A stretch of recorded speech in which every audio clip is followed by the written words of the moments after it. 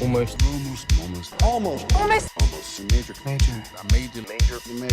Major. Holy fucking shit, this is major!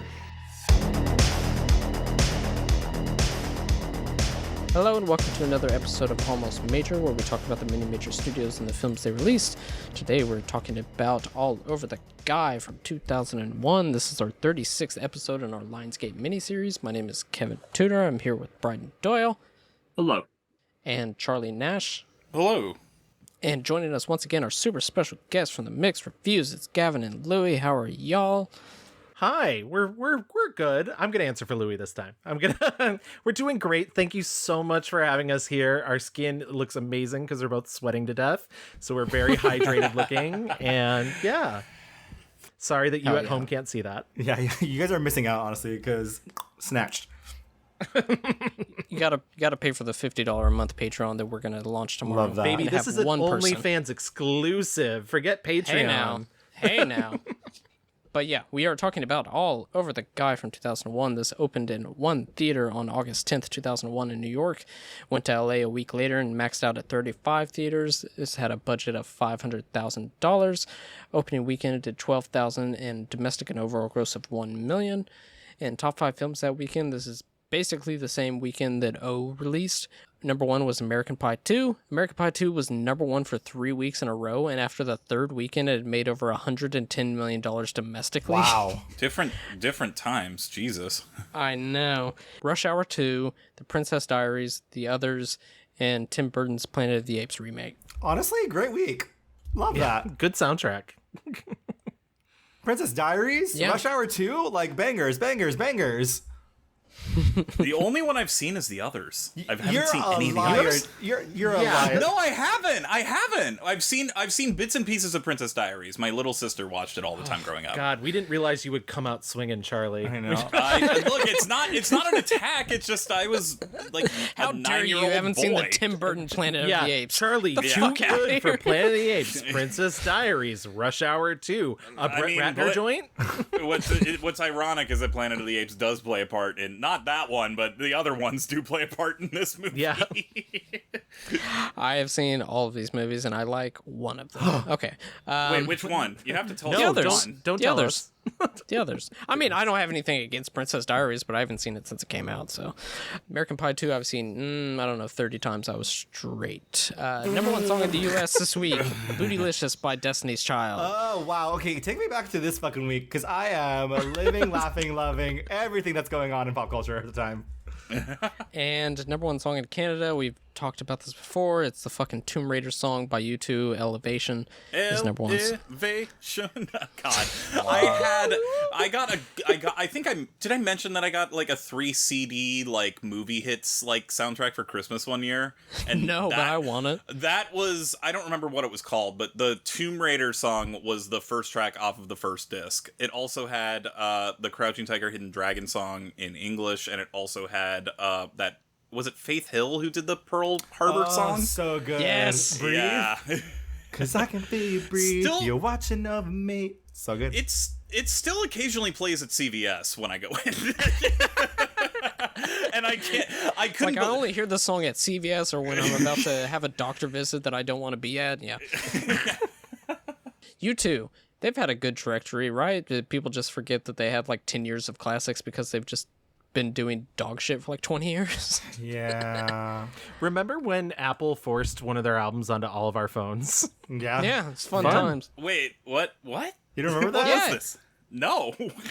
Yeah. It was like one of their newer albums, and like it was like, congrats everyone, you all get the new U2 album, and everyone's like, get this shit off of my phone. This is literally taking up memory on my phone. I have pictures of cats to take. Thank you. I know about it because in Popstar Never Stop Never Stopping, they make fun of that with the fridge that opens and it just plays the Connor for Real album, and people are like, this fucking sucks. What's funny is I downloaded iTunes onto my PC because I was trying to rent something, and I was like, well, I want to watch it on my PC. And before I logged in or anything like that, yeah, the only thing that was available to listen to was the fucking U2 album still. Wow. In 2023. It's just like the whole entire world's gonna burn down. The only thing that's gonna be left are cockroaches and fucking the 18th U2 album. And It's gonna actually, be the accessible. Edge himself, he will Oh, still yeah, be he'll around. still be here. Bono will die. The Edge will live. I definitely had like an iPhone. I don't know how I missed this because I mean I remember Consider when yourself lucky. I don't yeah, know what to Jesus, tell you. I was spared. I mean, like I remember when Beyonce dropped her self-titled album, like out of the blue, like a bit different. People actually wanted to hear that. Yeah, Absolutely comparable. Truly. yeah. It was the early 2010s. U2 was coming out. Also Beyonce. But anyways, back to U2. But Charlie, you need to figure out what that 3-disc set is because I will definitely buy that. 1000%. Okay, I'm gonna do my homework right now.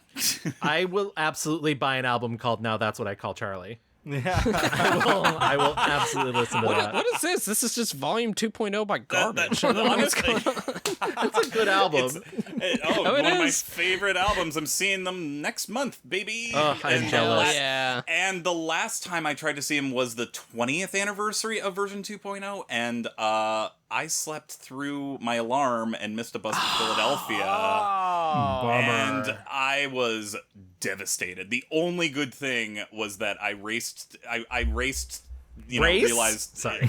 No. I raced to South Station and was like, shit, I can't afford to just hop on an impromptu, like, Amtrak train to Philadelphia. But Yeah. I turned around with my suitcase intact and I went to a press screening of Suspiria 2018. And they were like, aren't you supposed to be... God! And they were like, aren't you supposed to be in Philadelphia? I was like, I don't want to talk about it. Let's just pretend that this is what I'm here for. But I brought my suitcase to a press screening and everyone was just like, what the fuck? Just imagine that somebody their first day being like a movie journalist. Yeah, I brought my suitcase. brought my I'm ready suitcase. to This ready is to what- go. What Yeah. you do. Yeah. Anyways, what were we talking about? Elevation by U2. Sure. But plot description from Google: a contemporary romance comedy about the quest to find quote the one when quote the one doesn't know he's quote the one. Oliver the Guy explores the unlikely pairing of Eli and Tom, two 20-somethings thrown together by their respective best friends Jackie and Brett, in an attempt 20-somethings, sure. In an attempt to ignite their own romance. When Jackie and Brett are falling in love, Eli and Tom are stumbling away from it. What?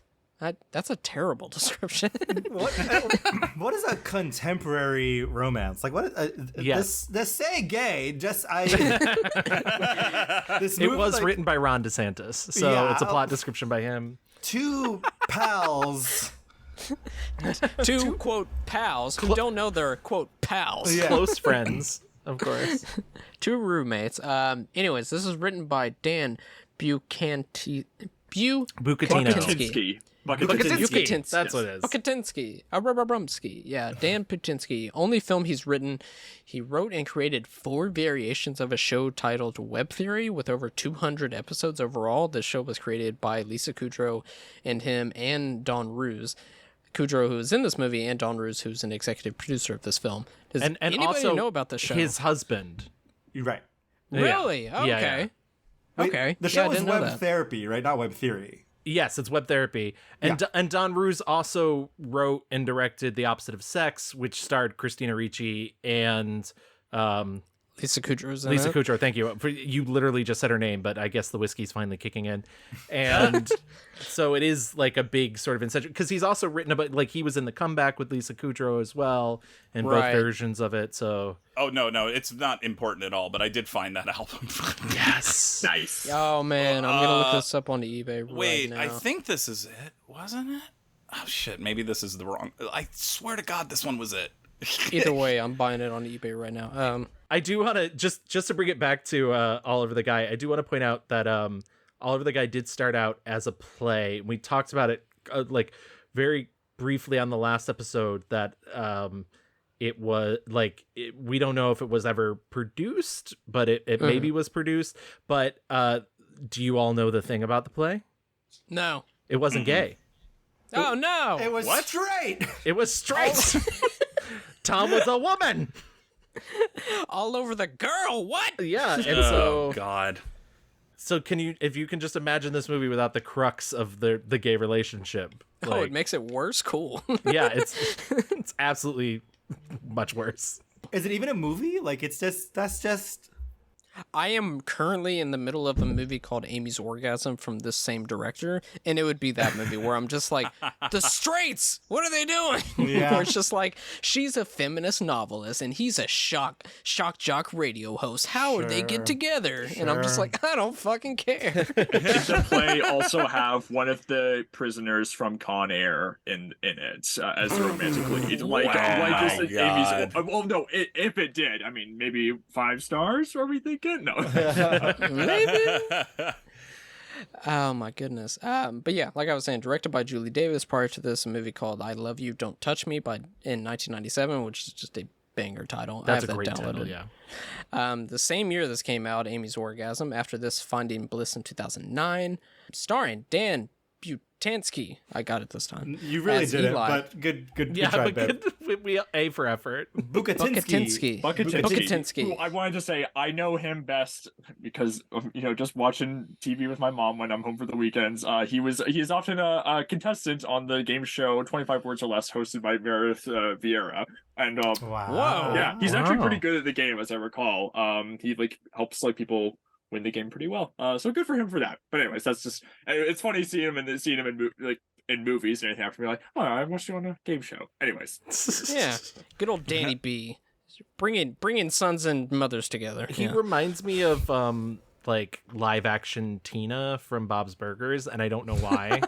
Every The face. How about that? yeah, You know? exactly. It's 100% the face. Most normals will know him from Scandal. Yes. To be clear, and he won literally To be an queer. Emmy. To be queer, he won an Emmy for his work on Scandal in 2013. So not too wow. shabby. Oh. I was telling Gavin, Dan to me is the poor man's Sean Hayes. But Yes. but I mean, they're both driving in the exact same lane. But I just think Sean Hayes is funnier. But good for I mean, he's done work. He snatched that Emmy, and good for him. Both him and the guy he's involved with, Tom, they reminded me of Andy Dick and who was the other guy? So He mean. reminded me- Already mean. I'm scared. Andy Dick. Yeah. Yeah. Danny B reminded me of Andy Dick, unfortunately, and Richard Riccolo reminded me of Thomas Jane. Oh, he just yeah, wants sure. his kids back. Yeah. Yeah. I love that I have Arrested Development jokes stuck in my brain forever. That's what I'm going to be quoting when I'm in the home.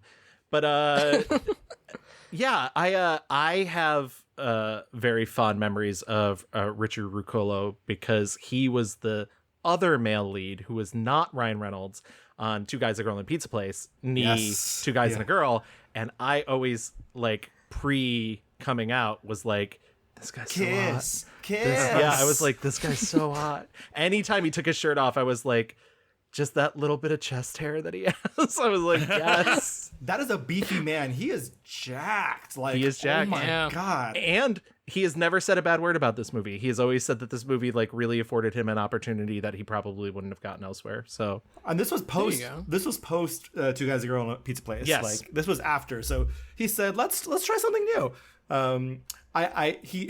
He was this again, gay for play. yeah, Yeah. okay for Yeah. play. After this, he was in Obsessed in 2009. Anybody seen that?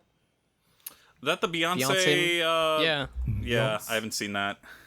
Isn't it Beyonce and Famed non-actress Ali Larder. Yeah, famed, Oh. famed non-actress and accused racist Ali Yes. Larter, Yeah. too. Yes. So hey, Yep. We've had some words about Ali on our show. we have. Kind of get through her when you're watching Final Destination, but it's fine.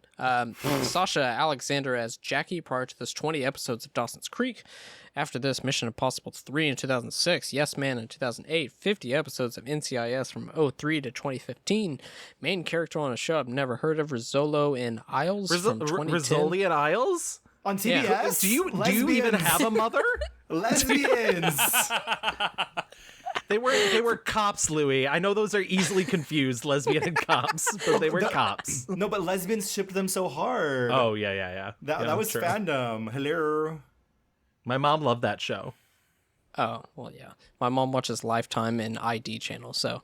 Lifetime television for women and gays, as this movie calls it. And I was just like, yeah. oh yeah. god, the most '90s line.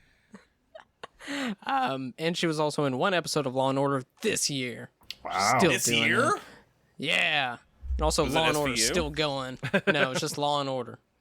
I've So heard nobody's it's very watched it. Republican now, actually. Not Yeah, even yeah, a yeah. joke. Oh, Not even a what? joke. I've heard it's like, Whoa. Propaganda? yeah. Oh no. And final, Adam Goldberg as Brett prior to this. Dazed and Confused in 93, Higher Learning in 95, Saving Private Ryan in 98. After this, The Salton Sea in 2002. Shout out to Dan Mecca, How to Lose a Guy in 10 Days in 2003. And I'll insert my favorite Morgan Murphy joke about that right here. Oh, you guys ever seen that movie, How to Lose a Guy in 10 Days? That's my favorite movie of all time. I know what you're thinking. What about Casablanca? What about Shawshank Redemption? What about these beautiful movies? Mm-mm. I watch How to Lose a Guy in 10 Days probably 7 to 10 times a year. I love it so much. If you don't know what it's about, it's Kate Hudson plays a pretty lady. Matthew McConaughey plays a pretty man. And the whole thing is like, Kate Hudson's like, I'm going to lose him in 10 days. And her friends are like, no, you're not. And then she tries real hard, and that's what the movie's about. So she's trying to lose Matthew McConaughey in 10 days, right? And she does all this crazy shit. She brings a plant over to his apartment. She brings stuffed animals over. She does a funny accent. She's doing all this crazy shit, you know? And then she goes to her friend. She's like, I don't know what's happening. I can't lose this guy in 10 days.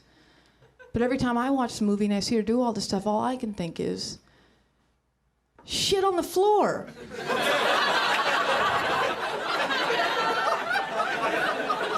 Deja Vu in 2006, Zodiac in 2 Days in Paris in 07, and 46 episodes of the Equalizer TV show that is still going on.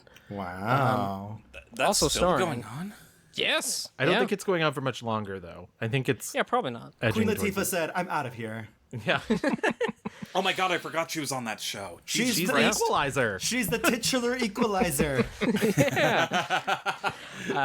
Also starring Lisa Kudrow, Christina Ricci, Andrea Martin, and Doris Roberts. The All great. tippiest tip spots that are so Yeah. so Oh good. my god. Lisa Kudrow said, "Yeah, I have a weekend to come in." Yeah. Also, I'm the best part of this movie. Christina Ricci came in with her shake and go hair. Oh my goodness.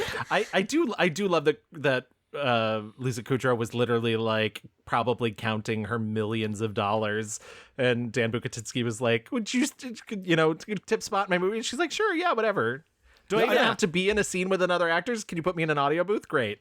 These three women though are literally allies. Like Yes. Andrea Martin, icon of the gays. Christina Ricci, same. Lisa Kudrow, same. Like, there's a reason why these girlies came to play. I texted Kevin and Bryden while I was watching this. I was like, oh, holy shit, Andrea Martin is one of their moms. Yep. Yep. Like, I saw her name in the credits, but the fact that she's one of their moms is particular. I was just like, of course. Like, who else would she be? Doris Roberts, hello. Doris Like, Roberts, yeah. the largest of the tip spots too. Yeah. Like she's in so much of the movie. and she's great. She's so fun when she's like, "Well, did you suck his dick? Then you Yeah. gotta come in." And she gives like a really like kind of devastating speech at the end of the movie that is like maybe one of my favorite things in the film, that I was just like, Jesus Christ. Yeah. All of these cast members, I wanted more from their characters, and I wanted them to take us away from everyone at the core of I this can thing. understand that. Yeah, not to play my hand too early, but Jesus, yeah. Oh yeah, I can't wait to get into this. Trivia. Let's see. Gavin already said about it being a play, and then outside of the theater, there's a poster for The Opposite of Sex, which everybody and their mother from this movie is in. Also, need to watch that. I've heard Lisa Kudrow is like fucking insane in that movie. I loved haven't seen that- it either. I love that movie as a teen, and it's also the movie that taught me what a bananas foster is, because there's a point where Christina Ricci orders a bananas foster, and the guy's like, "We don't have that at this restaurant," and she's like, "Do you have a banana? Do you have caramel? You can make me a fucking bananas foster." I was like, okay, well, I'm pretty sure that was like Christina Ricci's coming out like I'm not a girl anymore movie. So that's I'm that's what very I always feel about. I love Sleepy Hollow. Like, that's one of the last Tim Burton movies I actually really love. But she's so bad in it, and it's very clear that she's like picking up paychecks so she can be in things like The Opposite of Sex. yeah, or that she can be in Bless the Child in the next year. But yeah. Don't be mean to her. She's been through enough. I'm gonna watch that garbage. She's also in a horror movie from '99 that I can't think of the title of, but I'm also gonna watch that. Is that the one with Winona Ryder that I saw in the theater? I don't know. The poster is just like her in the dark looking up, and there's a bunch of leaves everywhere. It's called like the something, the apparition, the something. Sure. But the last trivia fact that I have, this is Julia Davis' only directed movie where she did not write or co-write it. And yeah, there's not much that I can find about this, unfortunately. It all started with this phone call from my best friend Jackie. What are you doing Friday night? Because I just met this guy, Brett. Any luck? Oh, there's just one catch. 8 o'clock, be there, be square. Okay, I hate it when people say that, because even when I'm there, I'm square, so where's the incentive? Future love. What was your favorite movie of all time? I have to say Gone with the Wind. I never saw it. You never saw the movie? I'm not a big fan of black and white movies. I thought you should know they hated each other.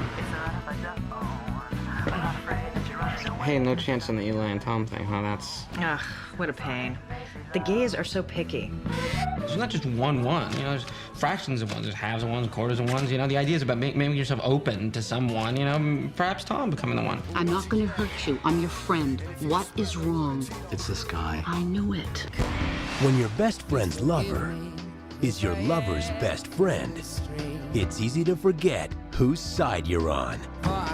You blow off a great guy because he made the tragic mistake of falling for you. 4 friends, 2 sets of lovers, twice as much to lie about in the morning.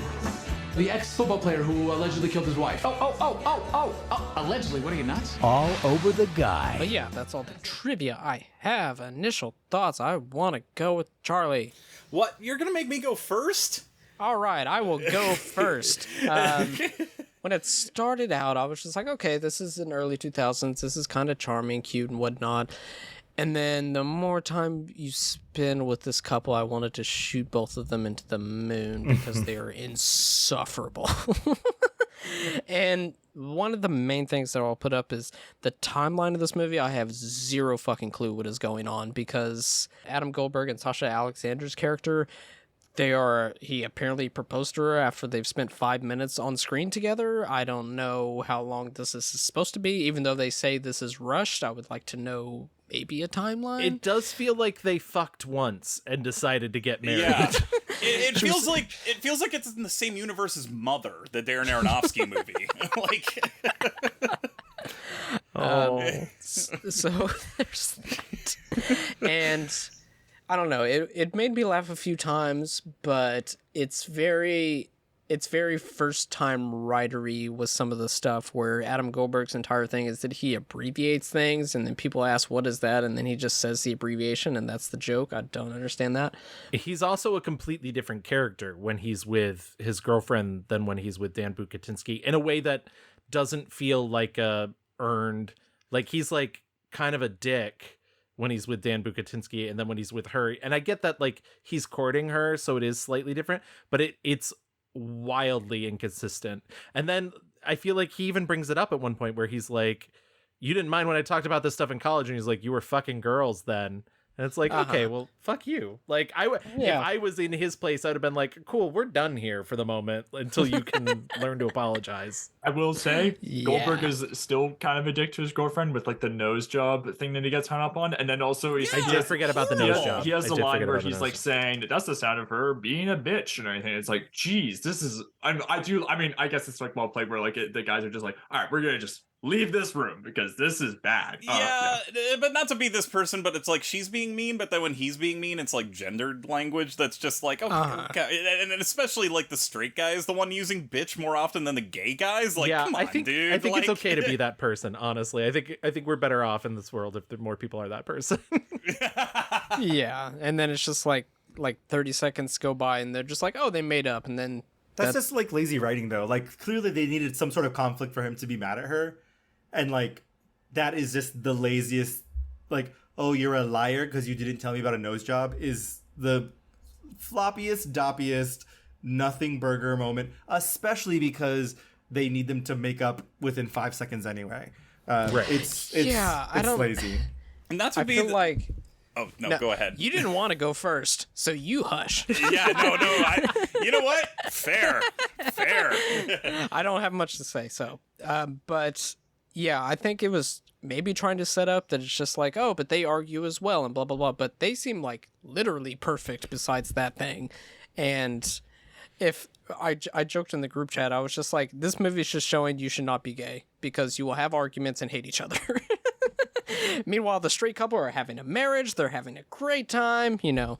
But if they would have shown like how it doesn't matter if you're gay or straight, you can still have arguments, blah, blah, blah. But this makes it seem very pointed, and it's from just a weird, and also it's just, it gets so aggravating after the 90th argument they have over absolutely nothing, where he's just like, you said the word wrong, go fuck yourself. Was a bear at one point. That is when I checked the fuck out. I was like, I couldn't believe that scene. I know it's not my turn because you did go first but I do want to. I have to open up this. Go ahead. Honestly, please. Yeah. In the previous episode, and if you've not listened to that, please do go listen to that now. Pause this one, go back, listen to the entire hour of the previous episode, come back here, finish this. I was talking about my thoughts about in the 90s, there's the later half of the 90s, there's actually a huge turn in media towards conservatism, more so than I think people genuinely sort of acknowledge. There's a lot more like push for like family values and whatnot, and of course that is in the way that it's presented is very anti-gay, and this movie is the most like really pushing the narrative of heteronormativity. And you're right, I do think the straight couple is presented kind of like perfect couple, and the gay couple has all these issues because it's like hooking up and like you really gotta be monogamous, and you really got.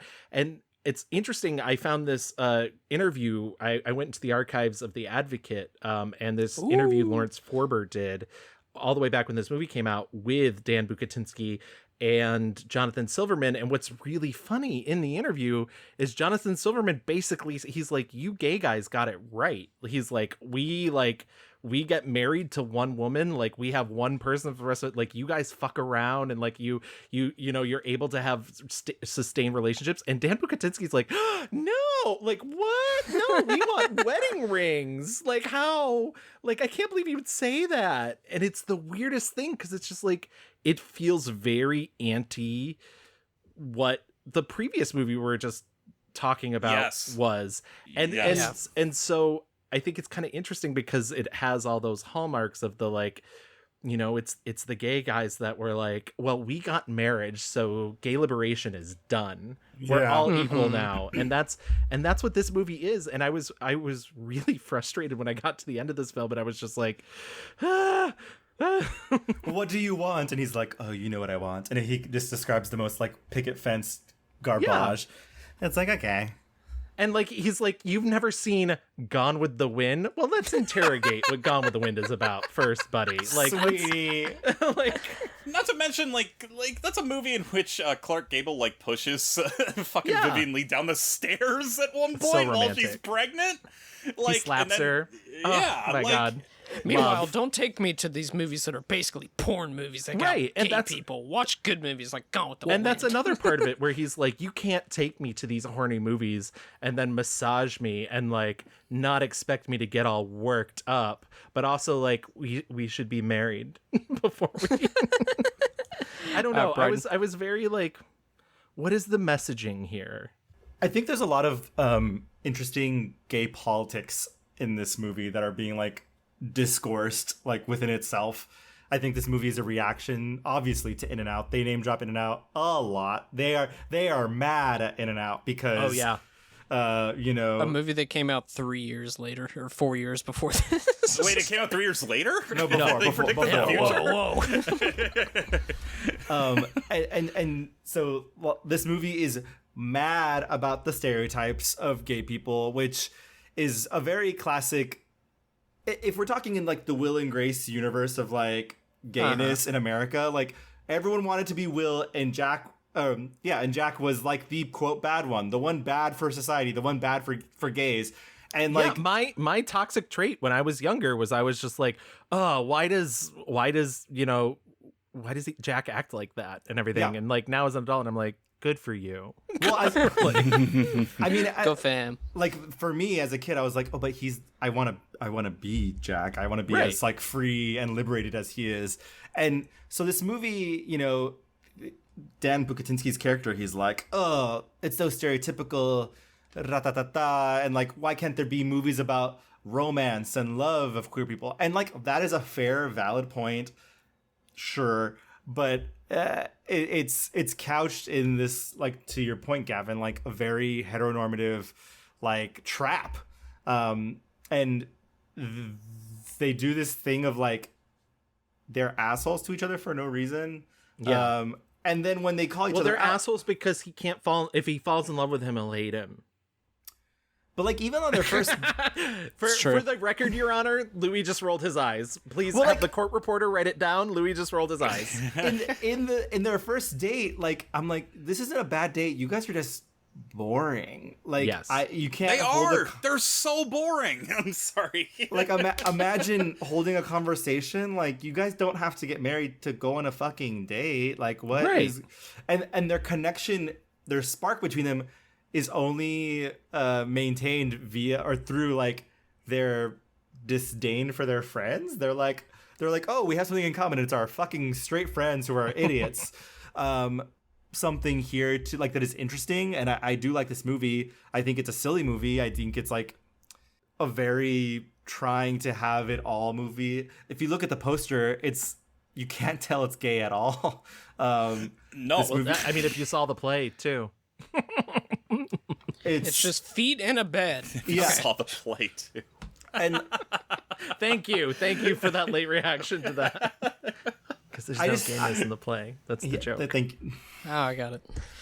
Thank you, Gavin, so much. We love explaining.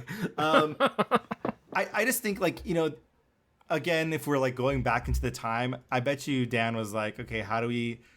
There is a little bit of momentum with In and Out, right? Like gay stories. How can we get a mainstream gay movie that is about romance and love? And so I get all of that. Like, is it the most radical movie? No. I do think there is, again, with gay politics, there's a lot about drinking in this movie, which is like very central to the queer community. And like, I don't think that it's rough enough because in the end, the two guys and a girl guy, he's very like, I've been an asshole because I've been fucking wasted this entire time. And I'm like, oh, I just thought that was your personality. Yeah, no, me too. Oh boy. Because he doesn't act drunk. No, he doesn't. Act He drunk doesn't. at all. Right. And the only clue to him having been drunk the whole time is that he's going to AAA. Well, he's also looking for a martini set, and his Right, parents and I get traumatized the like him. I get there's like the subtle things, but it's not. But it never. Because he never is presenting any of the. Well, because you he's know. not.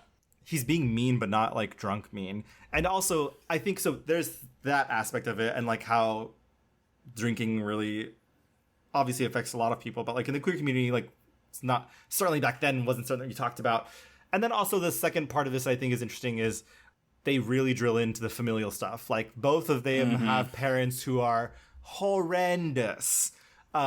Even the parents who, you know, have good intentions, and the way that they've traumatized these two young men into like being fucking freaks. And the thing is, like, what we're all getting at is like these guys fucking suck. And why do they suck? Well, it's because they're fucking gay in 2000. Like, you know, like like it, you know, twas not a great time. Like whomst amongst us was like having a great time being out. Even the ones who were out, like it was horrible. And so they're trying to like live what they think is their truth. And what they think is their truth is the like we are normal gays life, which, you know, fucking sucks. And you know, like we said, is a trap. So yeah, I do think there is some charm here. There you have to like really just like roll with it, because my God, he's like, let's get married, and then the girl's like, now people are gonna think I'm getting married just because we're pregnant. I was like, what the fuck is going on? It was a 1-2 punch in the same scene.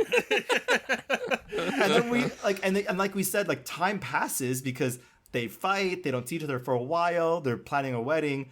Bitch, wedding day comes and she is snatched. There is nary a bump. Nothing. Right. No. It does not They got make married sense. the next day. Yeah. It does not make sense. Yeah, and then what they didn't show was later on in the wedding, she has the baby, and then Javier Bardem gives it to a field full of people. Yes, it's true. God damn it. I did, before I realized these characters suck, so maybe like the first 15 minutes, I was like, Dan Bukatinski's character loves old movies, and he also loves Planet of the Apes and action figures. Is this an attack on me? Yes. The answer is yes. Like, did Kevin do this on purpose? But yeah, no, I mean, I agree with everything you're saying, Louis, and I understand that, like, no one can really analyze the time that they're in while it's occurring. So I have the hindsight of... No, yeah. I just think, like, it's always going to be hard to analyze, like, the politics of queerness when, like, the idea is, like, you're fighting against, like, the norm anyway. Right. And so, like, no matter if it's, like, in the moment or, like, looking back at the moment, like, for them, they are raging against, like, what they think. Everyone thinks that they have to be loud and, like, you know, super flamboyant. And so for them, they're like, no, we can also be, like, chill, normal humans. I think now we have the, you know, the presence to be like, imagine gays, we're layered, there's multitudes contained, like I can be all the things, and like we have that luxury. You can be a stewardess and an ice skater. Hello. What? Oh my goodness. I just had a few more initial thoughts to get through, and then I'll pull it over to Charlie. No. You invited the mixed reviews here. We're gonna hijack.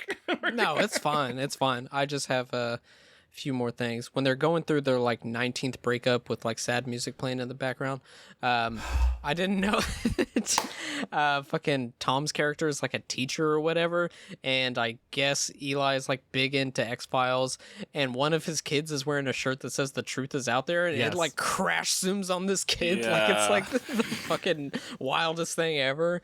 And also we were saying he's like, I should call him. And also I said, very funny, there's a scene where somebody's like, oh, come on, I thought we were going to watch Lifetime television for women and gays, being that they're in a Lifetime-ass movie, so that was funny.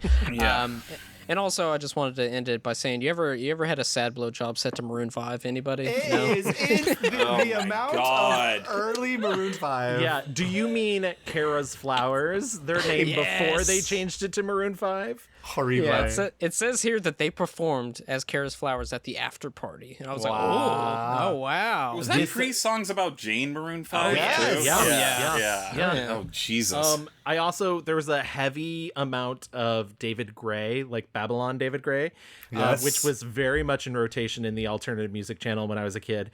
I texted this to Louis because I could not believe this. Listed in the end credits is a credit for Michelle Branch's Goodbye to You. It is listed on the IMDb soundtrack. Yeah, I saw that too. Scoured this movie. It is not in it. Could not find it. Also, you can't use that song after it's been in Buffy, which I think it's before, but that scene you can't use it anymore after it's been in Buffy. What a banger of a track. Why is it not in the movie? It should be there. Like, yeah, I mean, it's like when we covered Pie by Darren Aronofsky, and I'm like, oh, Angel by Massive Attack is in this? Can't wait. Never gets dropped in the movie. I'm just so mad. I thought you were going to be like... You can't hear that song anywhere either. Oh, I'm sorry, Captain. I thought Bryden was going to be like, I am a literal child. I don't know what this Michelle Branch thing is. Like, I was actually just talking about Michelle Branch to my brother. They were like, because he and his girlfriend didn't know who I was talking about. And I was like, oh, like Breathe? And they were like, no, I don't know what that was. I thought you were talking about Breathe by Fabulous or whatever. And I was like, no, that is a good song though. That's good, but no. You know, Breathe, where the music video where she stalks a guy who lives across the street. Remember that? And then I played the Santana song that she did, Game of Love, which is I heard about as a kid. Very good. That's right. Have any of you seen the movie Kissed with Molly Parker? Where it's a necrophilia movie where I was like, wait, this came out in 1996 and then it ends with a Sarah McLachlan song, and I was like, what the fuck? I do love Molly Parker though. So. Gavin, it's like 70 minutes long and it is fucked up. Well, it's weekend plans great. confirmed. It's a great time. Yeah. I forget who directed that, but it's a film director. Yes. Yes. But that's all I got. Charlie, here's 30 minutes. You're off the leash. Go. Can I take my dunce cap off and come out of the corner? Okay, look. Yeah, Gavin, to what you were saying. Like, me going, well, Urbania, with what it's dealing with, I mean, it's 2001, you know, you have to deal with all this stuff, and this movie's trying to be like, what if we can just progress to what if gays were just accepted in movies, but they were in the shitty romantic comedy versions of everything what if that we gays already were just got. straight people? We're just straight people, which I find to be so much less radical than actually dealing with the dangers and realities of this, because I don't know what reality this takes place in, but I hated everybody in this movie to a T. And once again, not to disrupt, like, I think the idea, the framing of the idea that he's going to a health clinic to get screened for AIDS is so smart. But then it's presented in the rest of the movie is presented in such a way that it's just like, it's not really a thing, guys. Yeah, no, but that's like, what? That's the thing that I also got really frustrated with over the movie is he's going to screen for AIDS, and like, it's a responsible thing to do. And then the other love interest is going to AA, and you're right, like, they make drinking out to be sexy, and like, there's a whole montage of them making martinis. And then on top of that, the one person he tries to connect with in AA, like, basically assaults him in a bathroom. Yes. And I'm just like, what the fuck kind of message is that? Yeah, and So, they're just like, oh, I got, yeah, look at this. I got this big punch from this guy in AA. Yeah, and she's just like, yeah. well, it's because you didn't call Dan back. And you're just like, what? So if you're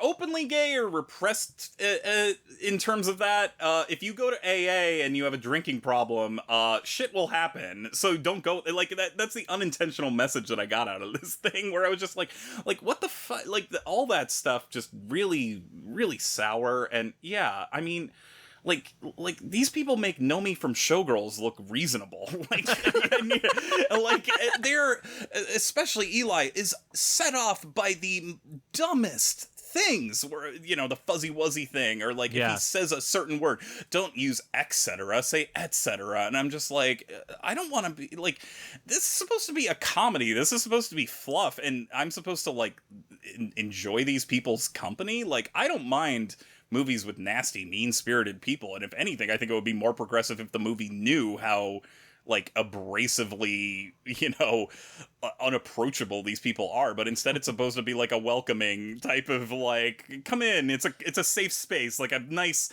fluffy pillow of a movie, and it's just kind of like, all of you fucking people, like, well, I mean, even what's her face? I feel bad not knowing the one woman in the movie that's the Jackie. lead. Yeah, even Jackie is horrible to Lisa Kudrow. In her one scene, I'm like, you hired Lisa Kudrow so the other people who are not Lisa Kudrow could insult her? Like, yeah, and like, it's not Eli. What's the other one's name? The Tom? Tom. Is it Tom? Tom and Eli. Yeah. Tom, who's a woman in the play. Probably also still named Tom. Tammy. Tammy is like, Jackie, don't be so mean. And Jackie's like, whatever. Like, she can handle it. Yeah, no, she can handle it. And then even not to go back, I probably should have brought this around with the drinking stuff, but even the stuff of like alcoholism in the gay community, that's a real big problem. But then even like, I was born into it, and then the parents get like in a drunk argument about like whether or not Phantom of the Opera is shit or not, and then they're like, we need to excuse ourselves. I'm like, that's not what happens. It's the sister getting brought up that really sets them off. It just gets dropped in and doesn't get dealt with. Yeah. But it starts off with Phantom of the Opera, and then it goes into the sister, and then they're just like, we need to excuse, like, just the parent stuff. And apparently, yeah, Eli's parents are Beth Grant from Donnie Darko. He's just had to live under her his entire life with the whole love and hate thing. That's and then the Barbie good. doll thing, where I was just like, I don't need... It's a rom-com. I don't need it to be in reality, but at the same time, it's presenting all these hard truths as if these are like things that people deal with, but then also it's a cartoon. And yeah, the second flashback to Eli's parents, I was like, why are we doing this? Why are we doing another flashback to his parents? Like, this, we could have just tacked this onto the earlier scene and just got it all over with one shot. Yeah. I did appreciate that Tom's mom was Joanna Kearns from Growing Pains. Yeah. Show me that smile again.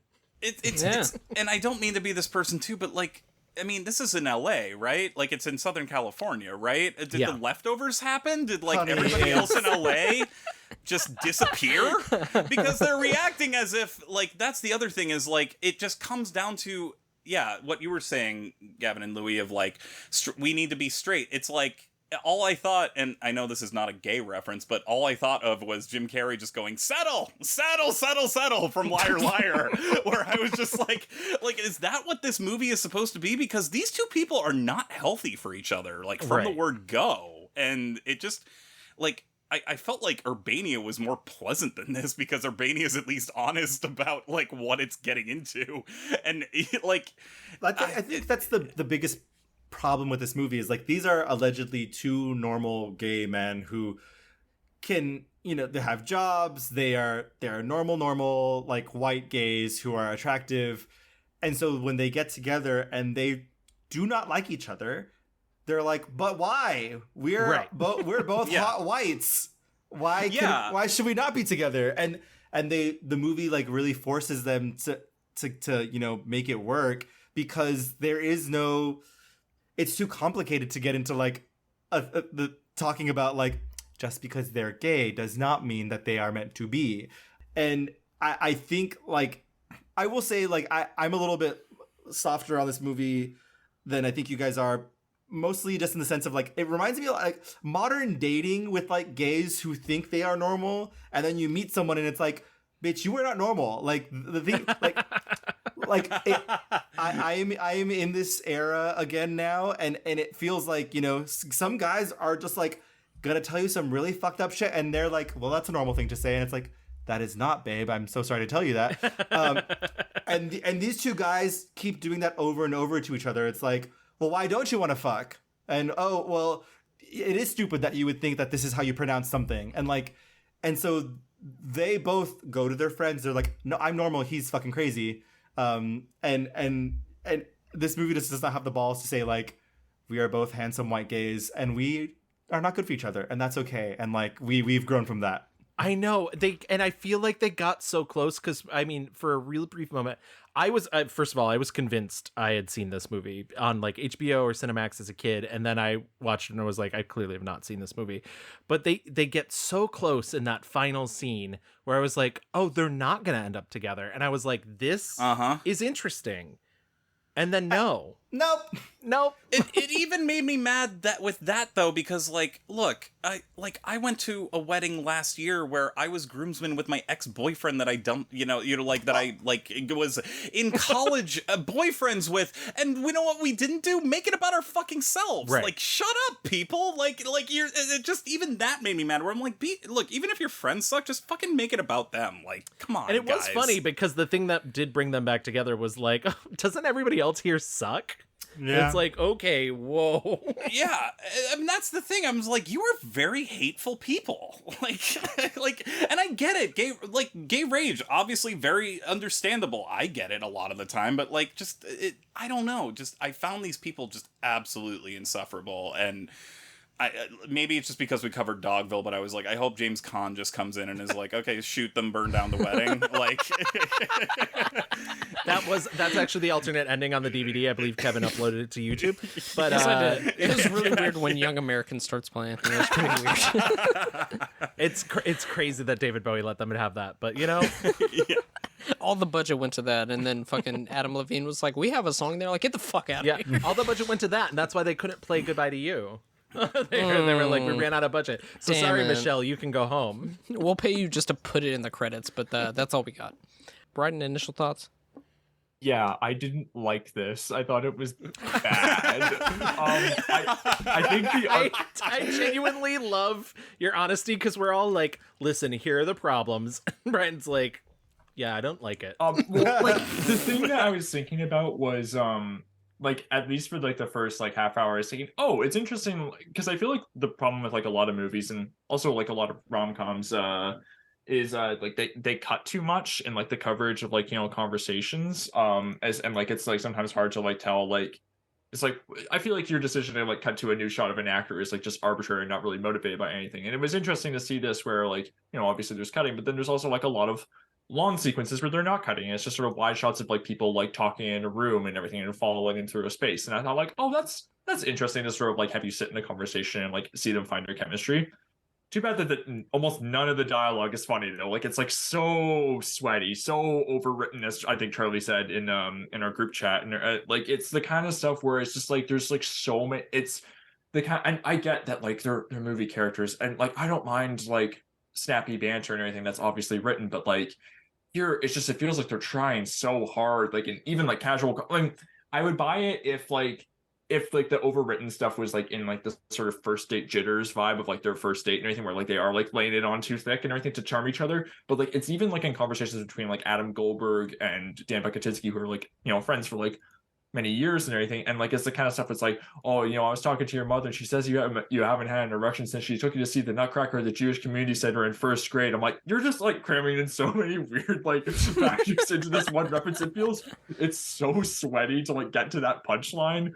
And can I go ahead? I'm sorry to interrupt, but can I mention that I have not seen Bros, but I heard there's a speech in Bros where it just punches down on Schitt's Creek, and you know what is not good to me is when a movie consistently punches down on something that was a huge cultural impact, but then isn't good itself. And even for straight movies, I mean, take Clerks 2 with Lord of the Rings. I mean, look, I'm just saying, I just find it very petty when like these types of movies, like just when your whole like running gag is just punching. To be fair, I have not seen In and Out, but like, make your movie good and then punch down. Like, come on. Like, Charlie, can you give us a list of movies you have seen?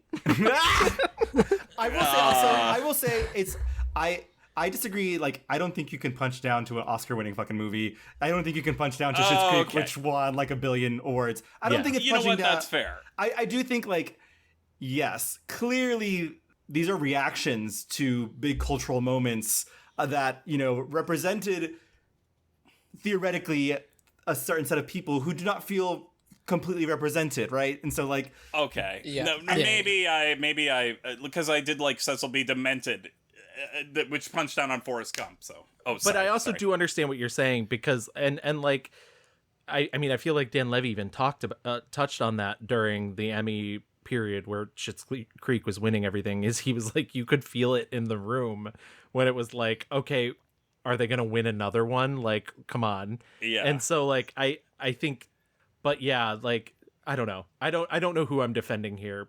No, well, to be fair, I started an argument about a movie. It's just annoying when the movie consistently steps out of its own universe to keep attacking.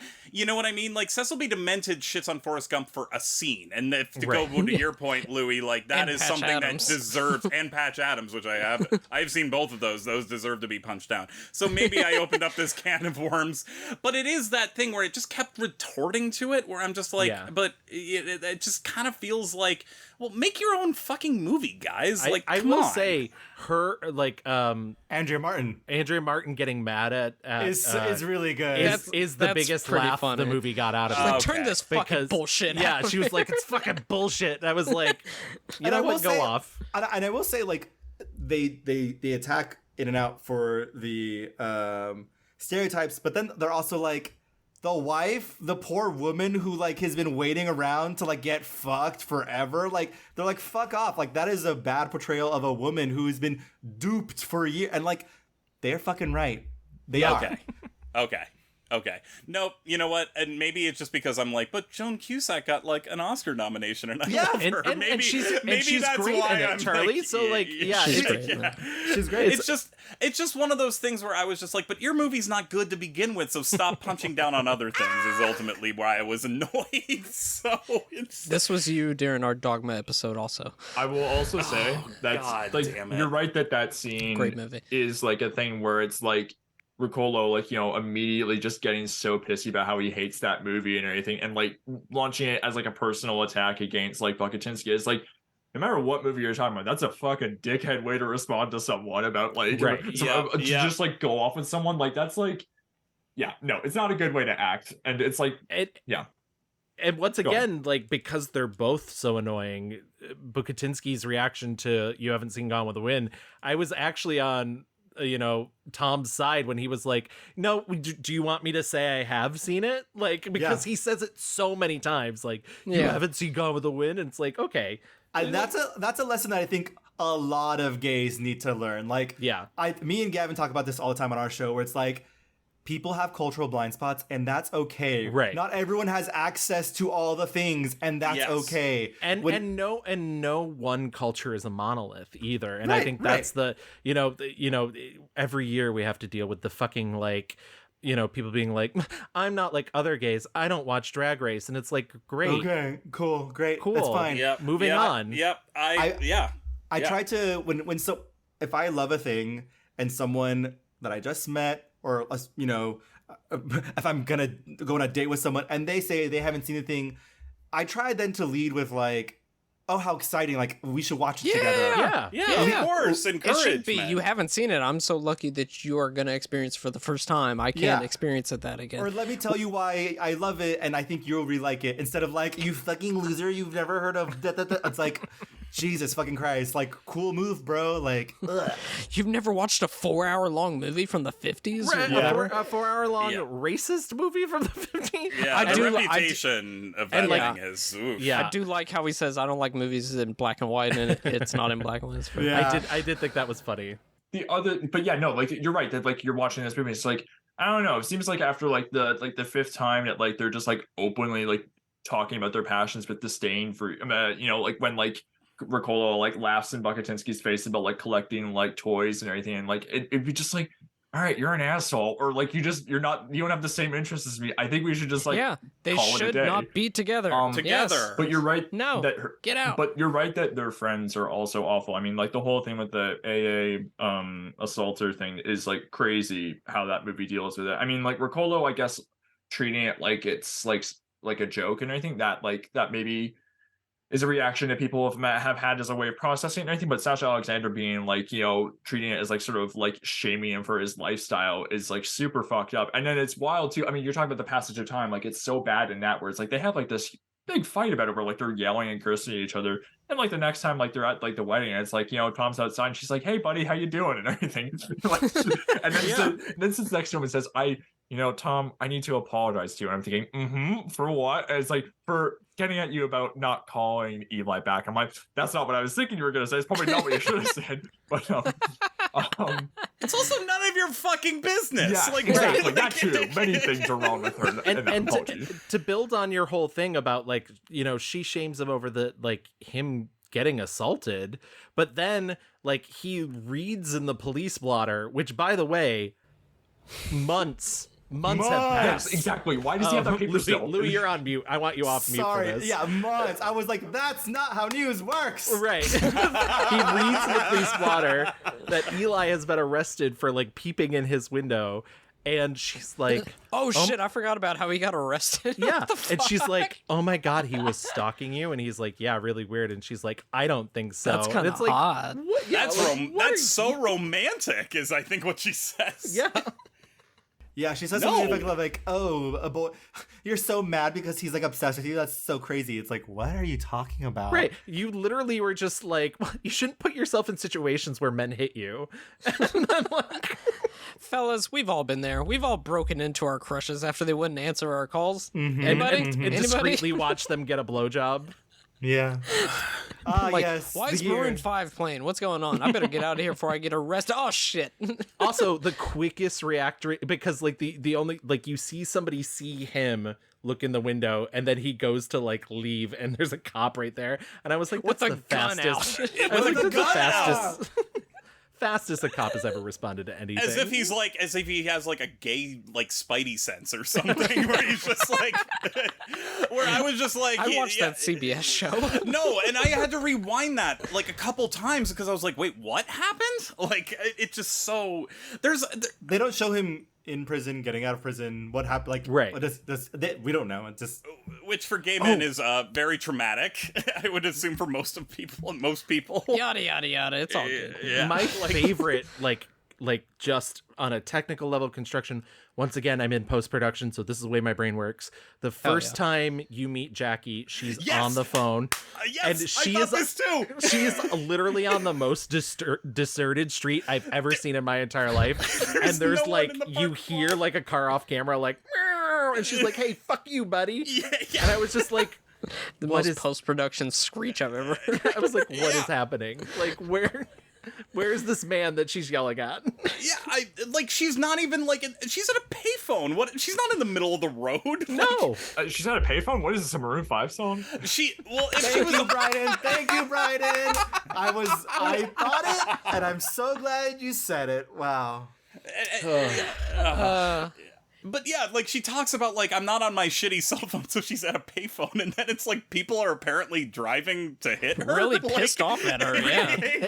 Why do you want a payphone? Why don't you have a cell phone, you fucking asshole? And then also, once again, literally, it's all off camera. It's what's his face's joke of being like, I'm hanging out with my friends. They're just laughing off camera. It's like all of the traffic is off camera. Like, I get it's an indie film, but it's just like, I don't know, skip this joke.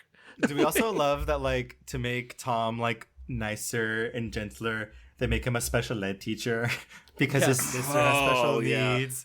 And like, I was like, see, guys, he's not an asshole. They never really connect it though. They just like, it's just like, yeah, he's a special ed teacher, and then like 50 minutes later, they'll have him in class, and then another scene, and it's just like, oh, but he never says like, oh, I did it because of my sister, or going through all of that, because doesn't this film drop the R word at one point? Because I there was one joke early, and I was just early and I was like, this is a joke you can't make anymore. I literally said that out loud. I was like, you can't make that joke anymore. I got the script right here. Hold on.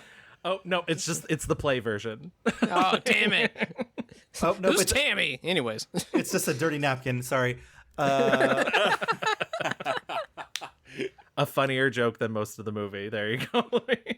I do think, I mean, I was a sucker for all of these, like, late aughts, or not late 90s, early aughts gay movies, just because they existed. Yeah. Oh, sure. Well, that's why I thought I had seen it before, because it fits that mold so perfectly. The like, it's in the Eating Out universe. All the Wolf production movies. What else was there? Latter Days, like Head On, like all the Trick, beautiful thing, Trick, so good. Yeah. Oh, is that based off of the? Oh shit! That's not the Dennis Cooper adaptation? Is that, or that's Frisk? Oh shit! That's a different thing. Frisk. Yeah, that's a different one. That's different. Never mind. Okay. But so Frisk is different.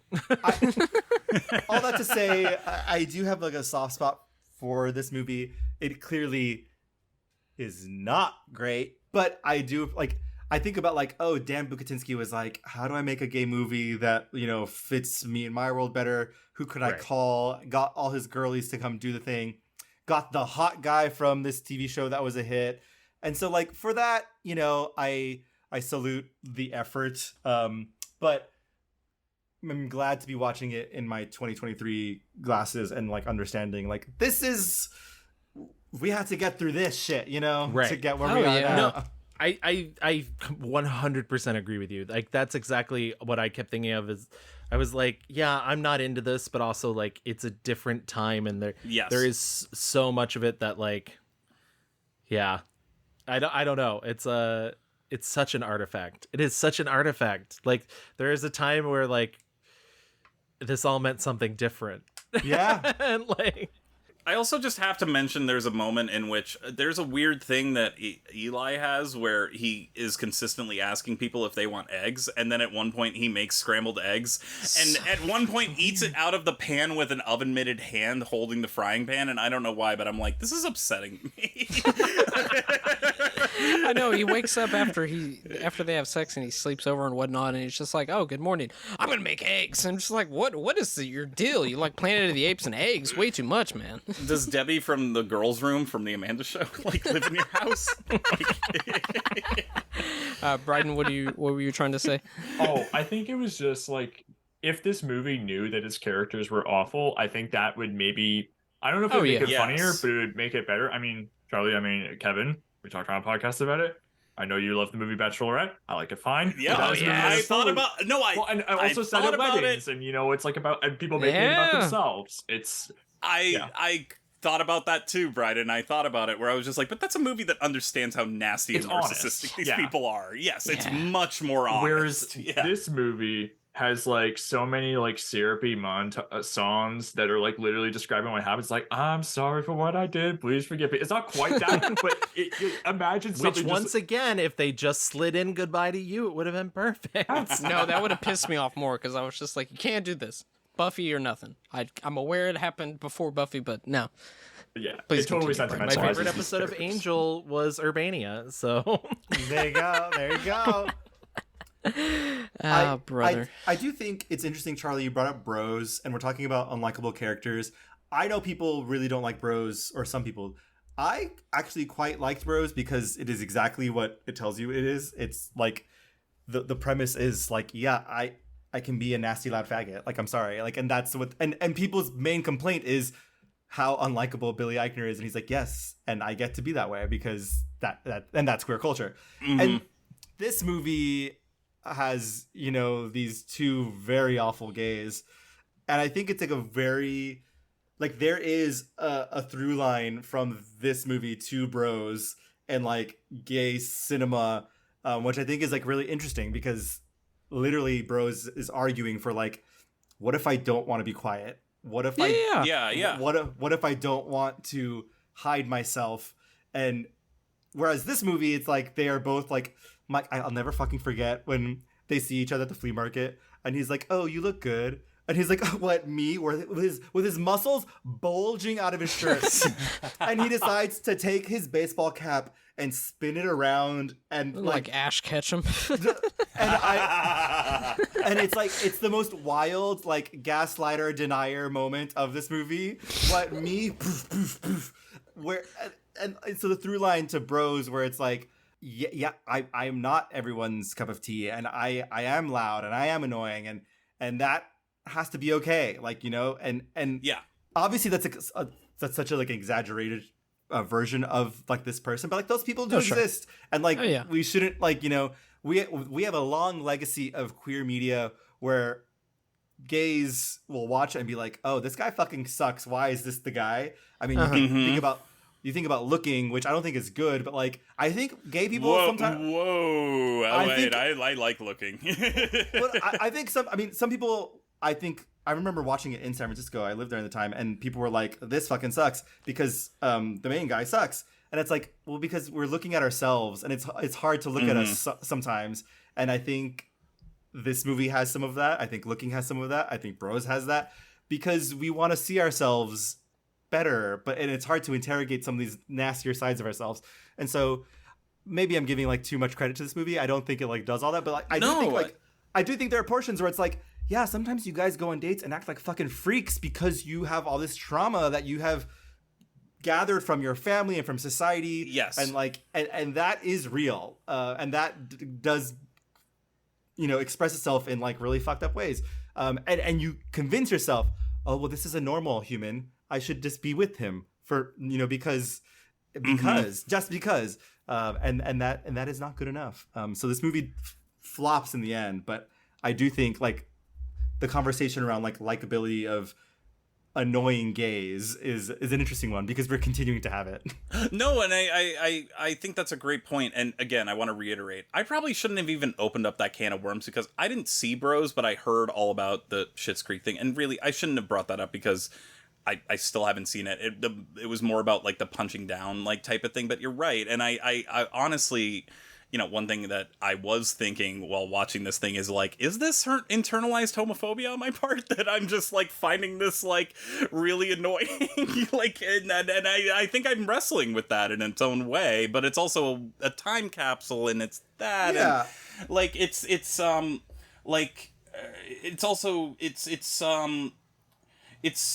I'm trying to think of another. Like, I love Boys in the Band, and Boys in the Band, they're all horrible to each other, but I feel like that movie's and by that beautiful. You mean specifically the Ryan Murphy version, right? Oh, only the Ryan Murphy version, not the William Friedkin version. That's a classic.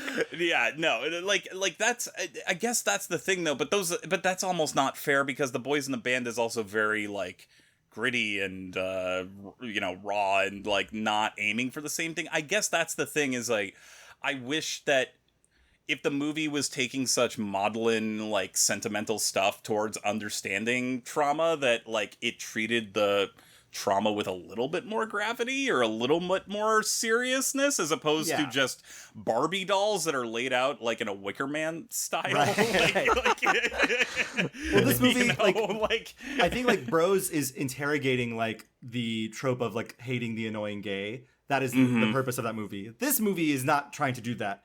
This movie is just like, here are two annoying gays and they like are desperate to fall in love with each other. And so like there is a difference there, but I think like, and I don't think it's unfair to bring up Bros, and like that the majority consensus was like people did not like Bros, or there was a backlash. Gavin, hello, Ray. I think that's I think that's a very interesting read on Bros, and I didn't read it that way, but I appreciate it. I do appreciate that read. And it's hard though because fucking Billy Eichner is the worst. Oh yeah, and, like, I hate him. And he like, and like, so I get that, like, but also like there are times when we are all Billy Eichner. We are all too gay. We are all too loud. We are all too, and so I get it. Especially like Kevin. Especially Kevin. Like my God, Kevin. Fuck. I mean, like I've been on dates though where like someone was like, "I hate The Last Jedi, but I liked Solo," and I was like, "Check, please." But like, you know, like I love you for that, Charlie. That's a bit different. But like, I won't be an outright like throw my plate up in the air type of like this can go no further like type of asshole. There's one sticking point I'm really stuck on. So San Francisco, gay or nah? Which one? Sorry. As somebody who's never been there, I don't know. It's a callback to our previous episode. Enjoy that. Oh yes, that's right. That's right. But yeah, I think just to kind of sum it up, I also haven't seen Bros, but I just want to talk about the unlikable character. As there's a difference between in this movie, they both think they're right, and it sounds like in Bros he knows he sucks, and it's more so the thing of people are just like, why doesn't this person in this movie think exactly like I do? Blah blah blah. So that's probably where a lot of the hate came from. I personally just won't watch it because I don't like gay people. But no, right. I've heard that. I have heard that about you. Yeah, we talk about you in the meetings, Kevin. Bros, they better just be bros. Yeah, and they were roommates. But it's like the fuzzy wuzzy stuff. I'm like, this isn't about anything. Like, come on. And then to fucking end the movie with it. I know. To like, I was like, you think this is more important than it is, baby. But I think, so here's my take on the fuzzy wuzzy stuff. He's trying to like prove to him, to Tom, that he is not as smart as he thinks he is.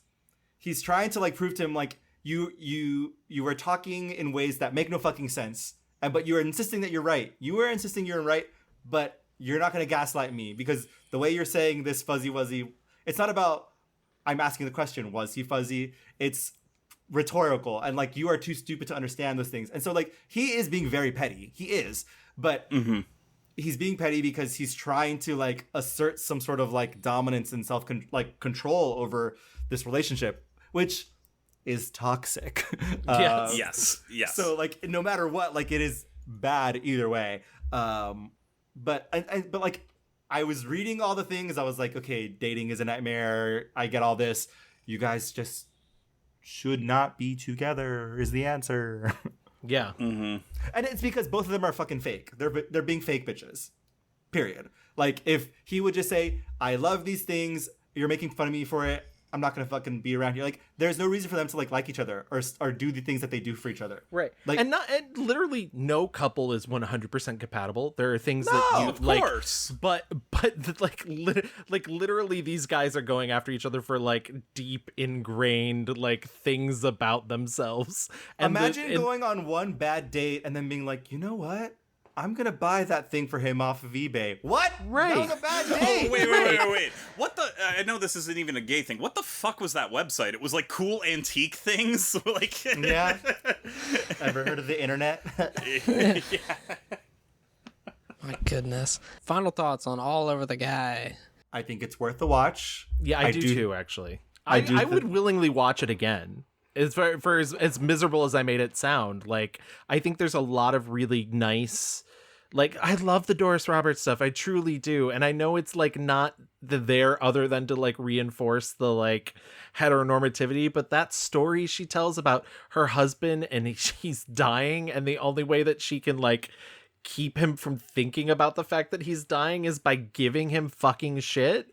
I was like, yeah, I feel like I've met that couple. Like, I like it just to, like, you know, if you want to round out your, like, what the girlies were discoursing about back in the day. Like, I think it's interesting to hear, like, yeah, we just had In and Out and people loved it, but like that wasn't for everyone, and like this is the response to that, and I think it's a valid response, but also like we are continuing this journey on talking about how queer dating works and what it looks like and what we can strive for, like, and so I do think it's like a fun little narrative bead on that journey of queer dating across cinema.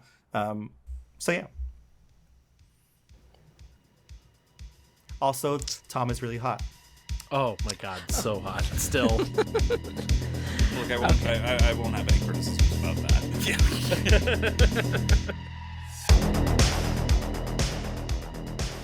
Thank you for listening to this week's episode of Almost Major. Please rate, review, and subscribe to us on iTunes. Please follow the pod on Twitter at Almost Major to keep up to date with what movies we will be covering in the future. Myself, I can be found on Twitter and Letterboxd at Kev Bonesy. Bryden can be found on Twitter at Bryden Doyle and on Letterboxd at J Doyle. Charlie can be found on Twitter and Letterboxd at CT Nash91. Once again, thank you for listening.